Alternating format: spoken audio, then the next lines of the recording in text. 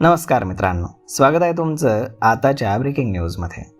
मित्रांनो, सध्या सोशल मीडियावरती पंतप्रधान मोदींचा एक व्हिडिओ व्हायरल होतोय। या व्हिडिओमध्ये स्वतः मोदी इलेक्ट्रिक सायकल मिळणार असल्याची घोषणा करताना दिसत आहेत। हा व्हिडिओ आता व्हायरल होत असून खरंच केंद्र सरकारनं आधार कार्ड धारकांसाठी मोफत इलेक्ट्रिक सायकलची योजना आणली आहे का?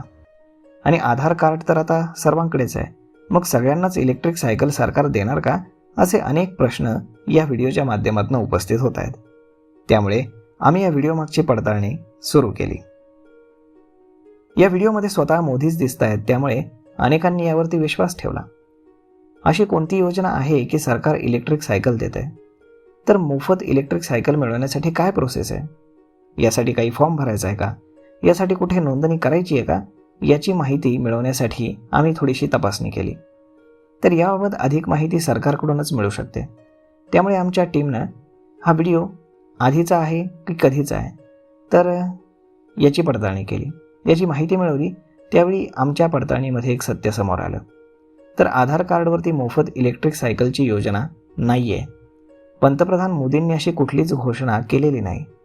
व्हायरल होत असलेला मोदींचा तो व्हिडिओ आर्टिफिशियल इंटेलिजन्स म्हणजेच AI निर्मित आहे आणि पेट्रोल टंचाईमुळे सध्या हा व्हिडिओ जास्तच व्हायरल होतोय। आधार कार्ड हे सगळ्यांकडेच आहे आणि सध्या देशामध्ये इंधन टंचाईचा फटका अनेकांना बसतोय। त्यामुळे इलेक्ट्रिक सायकलचा हा व्हिडिओ व्हायरल करून लोकांची दिशाभूल करून त्यांच्याकडनं पैसे उकळण्याचा प्रयत्न केला जातोय।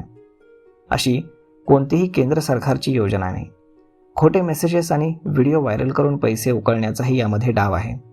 त्यामुळे अशा बनावट व्हिडिओंपासून सावध राहा। तर मग मित्रांनो, अशा पद्धतीनं कोणत्याही आधार कार्ड धारकाला केंद्र सरकार मोफत इलेक्ट्रिक सायकल देणार नाही आहे।